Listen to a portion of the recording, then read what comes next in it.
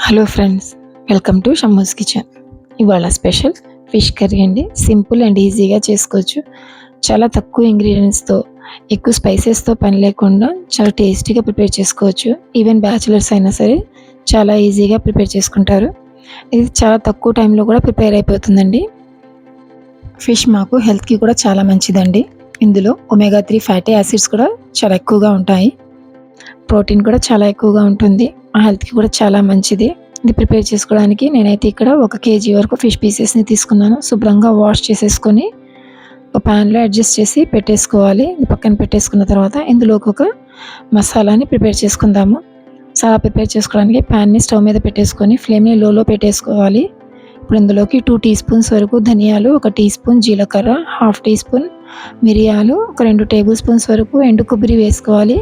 ఇందులోకి 4-5 లవంగా, 1 ఇంచ్ వరకు దాల్చిన చెక్క వేసుకోవాలండి. వేసుకొని వీటిని దోరగా వేయించుకోవాలి. ఎక్కువగా కలర్ చేంజ్ అవనవసరం లేదు. కొంచెం అరోమా వచ్చే వరకు వాటిని మంచిగా వేయించుకొని చల్లారడానికి పక్కన పెట్టేసుకోవాలి. అవి కంప్లీట్గా చల్లారిన తర్వాత మిక్సీ జార్లో ట్రాన్స్ఫర్ చేసుకొని ఫైన్ పౌడర్గా గ్రైండ్ చేసుకోవాలి. మేము ఇలా ప్రిపేర్ చేసుకున్న మసాలా పౌడర్తో చేసుకున్న ఫిష్ కర్రీ అయితే టేస్ట్ చాలా బాగుంటుందండి. ఇలా ప్రిపేర్ చేసుకున్న ఈ పౌడర్ని పక్కన పెట్టేసుకోవాలని తర్వాత యూస్ చేసుకోవడం కోసం.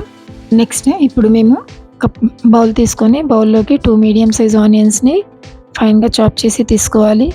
అలాగే 2 పచ్చిమిర్చి స్లైసెస్గా కట్ చేసి వేసుకోవాలి. ఒక మీడియం సైజ్ టొమాటోని చిన్న చిన్న పీసెస్గా కట్ చేసి తీసుకోవాలి. అలాగే ఇప్పుడు మేము గ్రైండ్ చేసి పెట్టుకున్న ఆ స్పైస్ పౌడర్ని యాడ్ చేసుకోవాలి. మసాలా పౌడర్ని 1/2 టీ స్పూన్ పసుపు, 3 టీ స్పూన్స్ వరకు కారం యాడ్ చేసుకోవాలి. స్పైస్ అయితే మాకు సరిపడా స్పైస్ని బట్టి తీసుకోవచ్చండి, ఎక్కువ తక్కువ చేసి కారం. అలాగే 3 టీ స్పూన్స్ వరకు అల్లం వెల్లుల్లి పేస్ట్ యాడ్ చేసుకోవాలి. 3 టేబుల్ స్పూన్స్ ఆయిల్, రుచికి సరిపడా సాల్ట్ యాడ్ చేసుకోవాలి. యాడ్ చేసుకొని ఈ మిక్స్ అంతా కూడాను బాగా మేము కలిపేసుకోవాలండి. అన్నీ కూడాను ఈవెన్గా కలిపేసేలాగా అంత మసాలా అంతా కూడాను చేతులతో కలిపేసుకోవాలి. ఈ కలుపుకున్న మసాలాని ఇప్పుడు చేపల ముక్కల మీద వేసేసుకోవాలి. అన్ని చేపల ముక్కలకి కూడాను పట్టేలాగా మసాలా అన్నింటికి అప్లై చేసుకోవాలి. ఒకసారి బాగా కలిపేసుకున్న తర్వాత ఇందులోకి అవసరం బట్టి వాటర్ యాడ్ చేసుకోవాలి. ఫిష్ కర్రీలోకి అయితే ఎక్కువ వాటర్ పట్టదండి.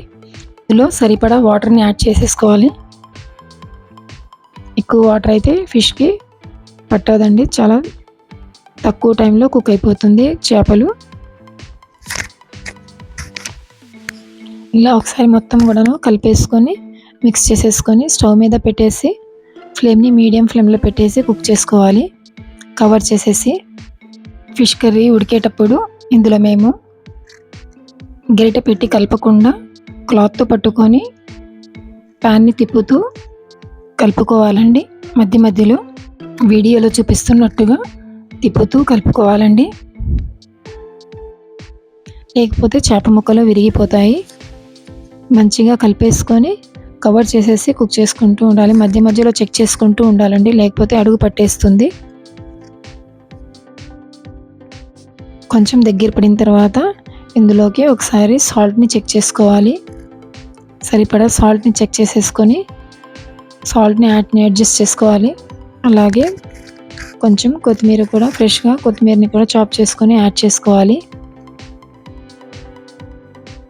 కొత్తిమీర యాడ్ చేసుకున్న తర్వాత ఒకసారి బాగా కలిపేసుకొని కవర్ చేసేసి ఈ కర్రీ మొత్తం కూడా బాగా దగ్గర పడే వరకు మీడియం టు లో ఫ్లేమ్లో పెట్టేసి కుక్ చేసుకోవాలి. ఆయిల్ పైకి తేరే వరకు బాగా దగ్గర పడిన తర్వాత అలా 4 to 5 మినిట్స్ వరకు కుక్ చేసుకున్న తర్వాత స్టవ్ ఆఫ్ చేసుకొని సర్వ్ చేసుకోవచ్చండి. వేడివేడిగా ఫిష్ కర్రీ అయితే రెడీ అయిపోయింది.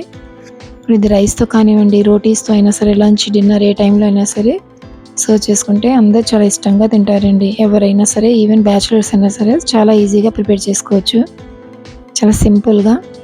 ఫిష్ అయితే హెల్త్కి కూడా చాలా మంచిది. ఇలా ప్రిపేర్ చేస్తే అందరూ చాలా ఇష్టంగా తింటారు.